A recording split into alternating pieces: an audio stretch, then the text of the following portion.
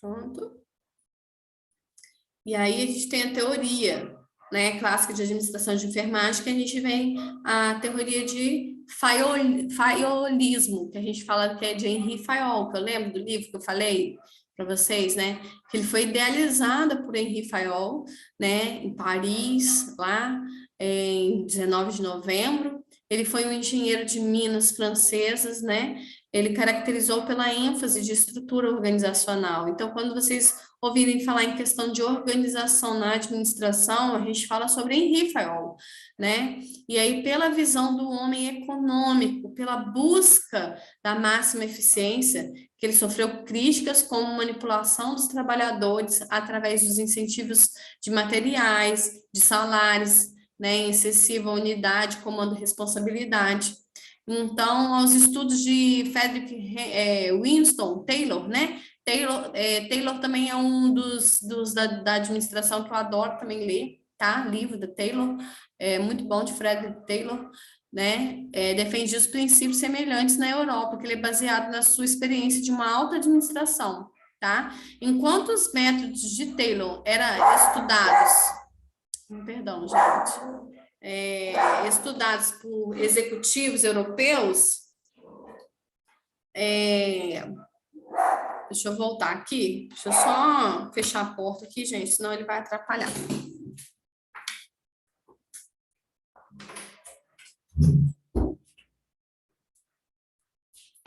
Peço perdão para vocês, mas é complicado, né?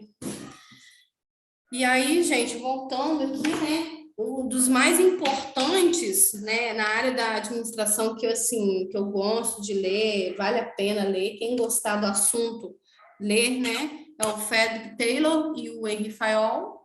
E aqui ele está dizendo que ele defendia esses princípios semelhantes com o que existia na Europa, né, que foi baseado nas suas experiências de uma alta administração.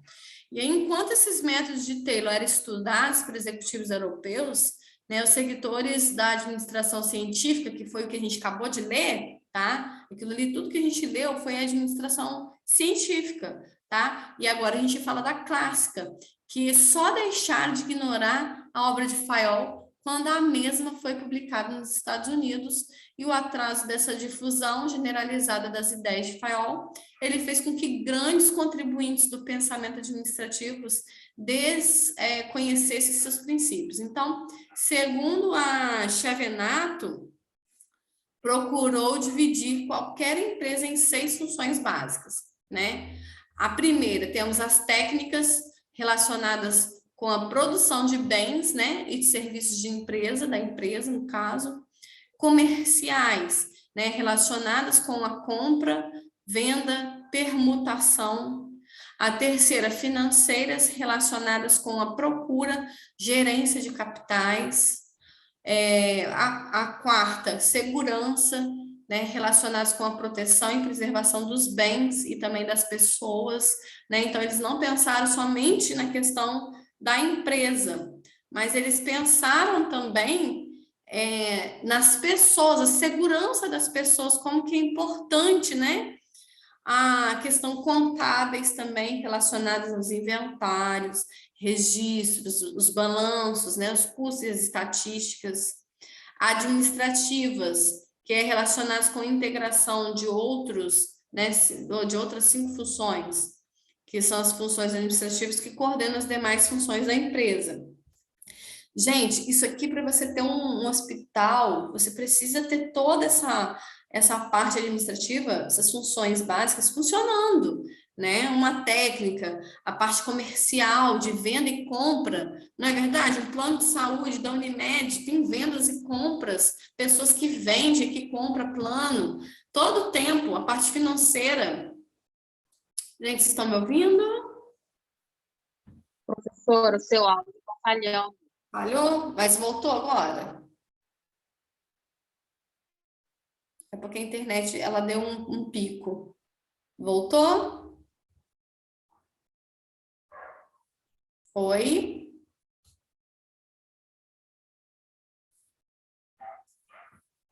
Yasmin, voltou? Retornando, gente. Deu um pico na internet.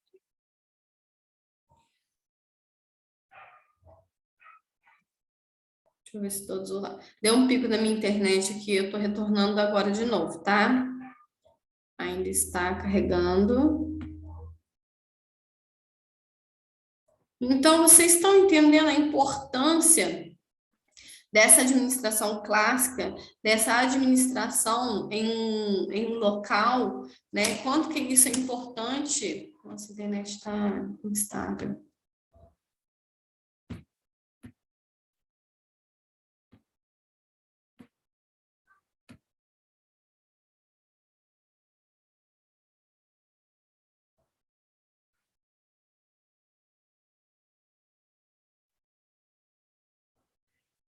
Deixa eu ver se vai melhorar agora, gente. Estão me ouvindo?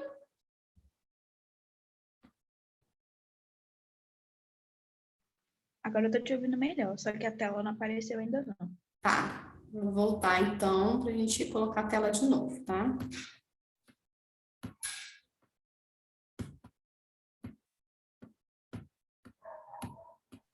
Agora apareceu a tela. Tá, obrigada, tá?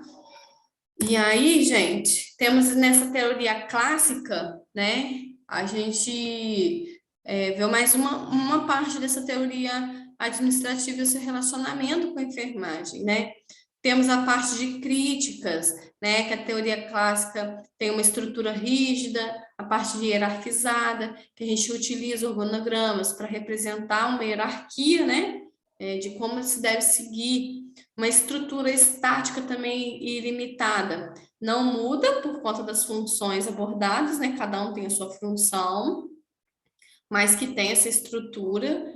E a preocupação também exclusiva com a estrutura formal, que é uma estrutura de fato local de trabalho, né? Porque deve-se ter essa preocupação e da organização não admitindo também a existência de uma estrutura informal, né? Tudo relacionado a pessoas, né? Mas que também existe uma questão que é pelas pessoas, as suas relações, né? Porque que tudo está sendo feito em relação às pessoas. Dentro dessa teoria clássica, a enfermagem, ao realizar suas atividades, esse enfermeiro ele vai começar a se preocupar com uma estrutura de trabalho que é oferecida, tanto para ele quanto uma estrutura que irá oferecer para a sua equipe, né? Reforçando a teoria científica que enfatiza as tarefas e a teoria clássica de uma estrutura. Então, gente, precisa ter uma preocupação, a enfermagem tem uma preocupação também com essa questão de estrutura. Como que ela vai colocar profissionais para trabalhar num local que não está adequado, né, em questão de riscos? E aí a gente entra na teoria das relações humanas, tá? Que tem as suas origens nos Estados Unidos e como resultado das experiências de Elton Mayo, né, denominadas experiências de Hawthorne, né, originam de Mayo percebeu que as necessidades de tornar a administração mais humana, né, e democrática, né, onde que tem essa troca de informação, né, de palavras, de comunicação, é quando as ciências humanas influenciam as organizações, né? As experiências de Hawthorne coordenou uma experiência numa empresa de equipamentos, né, de componentes telefônicos, onde percebeu que os trabalhadores eram conduzidos pela fadiga, um excesso de trabalho. Aí existia o quê? Acidentes de trabalho, né? Uma rotatividade de pessoal, ninguém parava no trabalho por causa das más condições do local de trabalho. Tinha isso, né?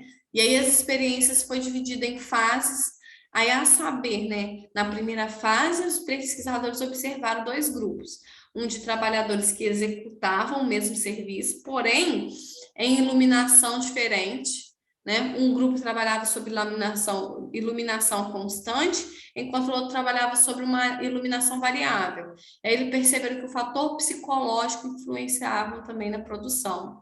Então, quando a iluminação aumentava, produzia mais, quando a iluminação diminuía, produzia menos, né? E aí, na segunda fase, os pesquisadores eles mudaram o local de trabalho, a forma de pagamento e estabeleceram pequenos intervalos de descanso e distribuíam lanches leves nesses intervalos. Então, eles perceberam então, que os trabalhadores apresentaram maior rendimento, né, na produção, pois trabalhavam satisfeitos, né? Então, olha a observação que eles fizeram, né? Foi bem legal essa parte. E aí, na terceira fase da pesquisa, esses pesquisadores, eles se preocuparam com as relações entre os funcionários e os entrevistaram para conhecer suas opiniões. É importantíssimo a gente saber a opinião daqueles que trabalham, feedback, né? Um feedback do que eles pensam, atitudes que eles gostariam que a empresa tivesse, né? Atitudes acerca de punição também aplicadas pelos superiores, também a questão de pagamentos que eram atrasados, descobriram uma espécie de organização informal dentro da organização que se manifestava por padrões formados pelos próprios trabalhadores, né? E aí, na quarta fase, os pesquisadores, eles analisaram que essa organização informal fizeram pagamentos de acordo com a produção do grupo e não mais individualmente, né? Perceberam também que os trabalhadores tornaram-se mais solidários um com o outro, né? De ajudar um ao outro, né? E aí concluíram que o nível de produção é determinado pela expectativa do grupo, pelos benefícios cedidos pela organização e como intervalos de descanso e refeições durante esses sábados livres refeições e durante também os sábados livres, né? Os trabalhadores, eles esperavam ser reconhecidos, compreendidos, aceitos e produziam mais quando estavam entre o seu grupo informal.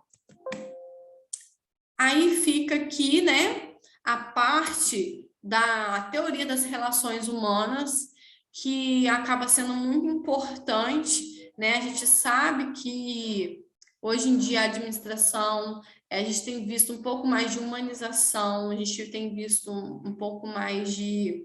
Mas ainda falta muita coisa ainda para ser transformada, mudada. Eu acho que a pessoa comunicar com respeito, né? Ela leva um feedback para aquela pessoa, isso é muito bom, tá? Deve-se ter esse entendimento, essa conversa. Deixa eu só abrir esse aqui, que é bem bacana. Eu achei, né, as teorias da administração, aí eu achei no Concursos, que é muito bacana esse site, tá? Ele é para concurso, e assim, poxa, é muito bacana, se vocês puderem ler, tá? Eu vou ler só algumas partes importantes aqui para a gente colocar, porque não tem como eu aplicar tudo isso para vocês, porque vocês vão me matar depois, vocês vão estar com a cabeça já cansada, mas as principais aqui, né, a teoria científica que a gente leu lá primeiro no slide, né, a parte científica, né, a gente tem o Taylorismo, que é a parte do estudo de tempos e movimentos, né, a lei da fadiga, a determinação método de trabalho, a seleção científica também do trabalhador, temos a questão aqui do padrão de produção, de como será feito, né, a questão dos incentivos, a supervisão, como que vai ser a coordenação também ambientais, se tem uma máxima eficiência, e a gente proporciona também maiores lucros e salários para as pessoas, né? E aí esse esquema, ele demonstra o estudo de tempo de produção do movimento dessa produção. Produz, né, e faz-se um teste produzindo determinada quantidade de produtos sem divisão de tarefas, mas comparando com um tempo levado para se produzir a mesma quantidade com a divisão de tarefas, né? Então, Taylor, ele pode comprovar que com a divisão de tarefas houve um aumento da produção das empresas, né? Por quê? Ficou menos sobrecarregados, teve a organização, né?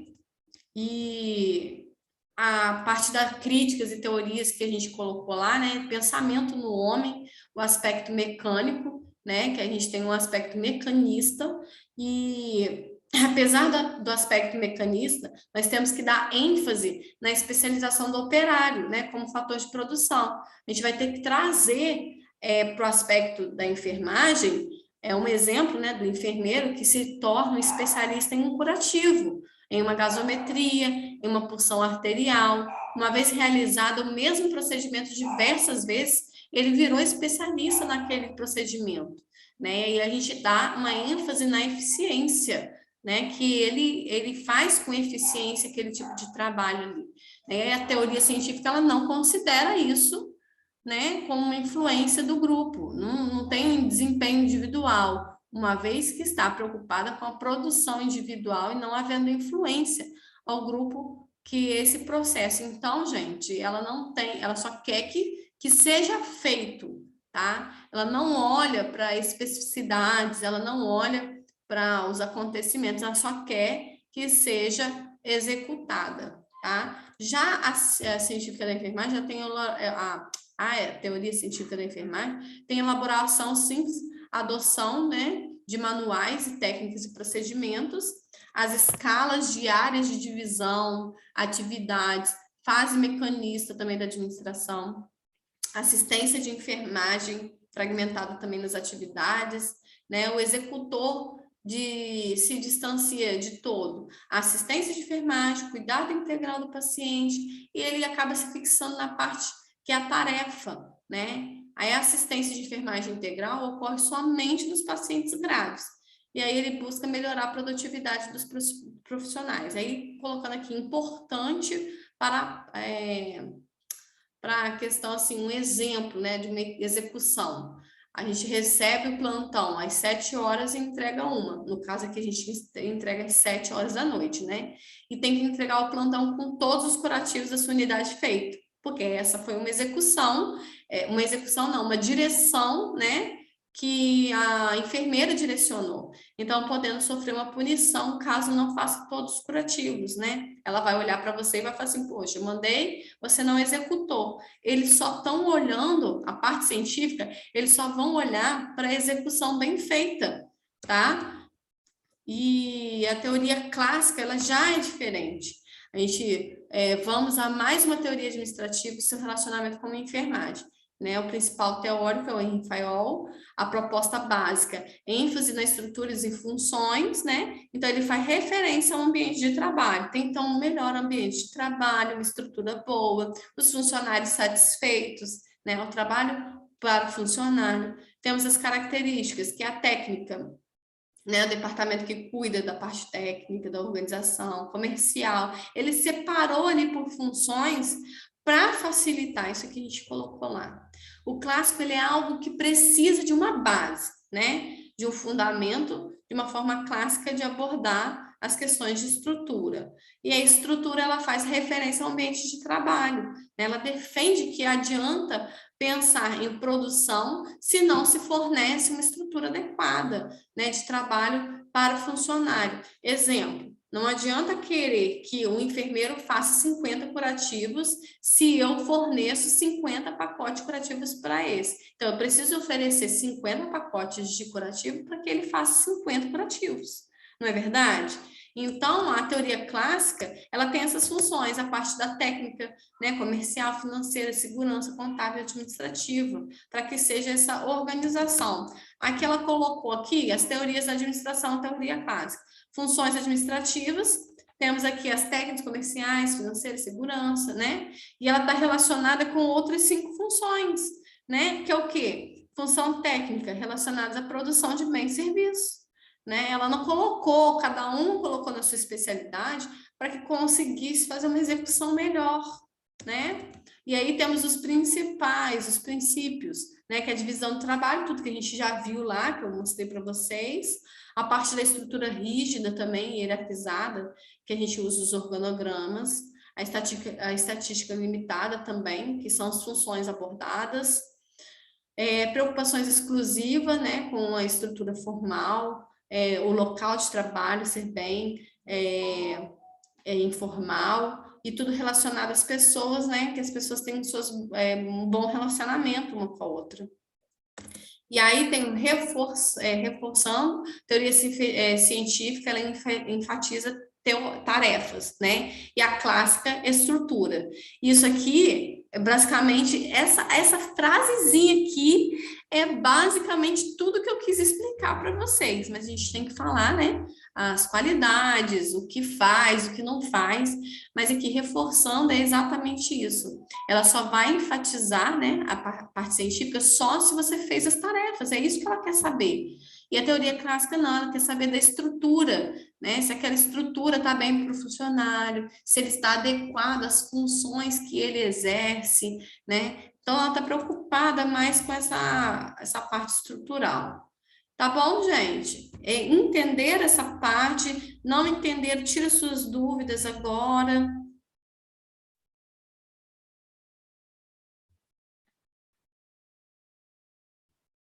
Olá, vamos tirar dúvidas? Ninguém? Janaira? Até então tá tudo ok, professora. Ah, então tá bom. Então vocês vão lá em casa, gente? Vocês falam para mim, vocês vão lá em casa? Eu passei um vídeo para vocês viram lá no grupo? Sim, eu vi. Um grupo, assim, no grupo. O vídeo é muito interessante, que ele se explica de pouco a pouco, toda a estrutura, tudo direitinho, é muito bacana, tá? Assistam um vídeo também, que eu acho que vai esclarecer também um pouco a mente de vocês, né? É o primeiro momento agora com a parte de administração. Leiam a apostila, tá? Leiam a apostila também, porque a apostila tá bem legal também. Semana que vem eu vou dar uma lidinha nessa parte das relações humanas, que eu falei para vocês, tá? Para a gente ter tipo um resumo, tá bom? E aí fica assim a nossa aula hoje. Daqui a pouco eu vou mandar para vocês a gravação de uma vez. Eu vou tentar já mandar. Eu vou até pausar ela aqui já.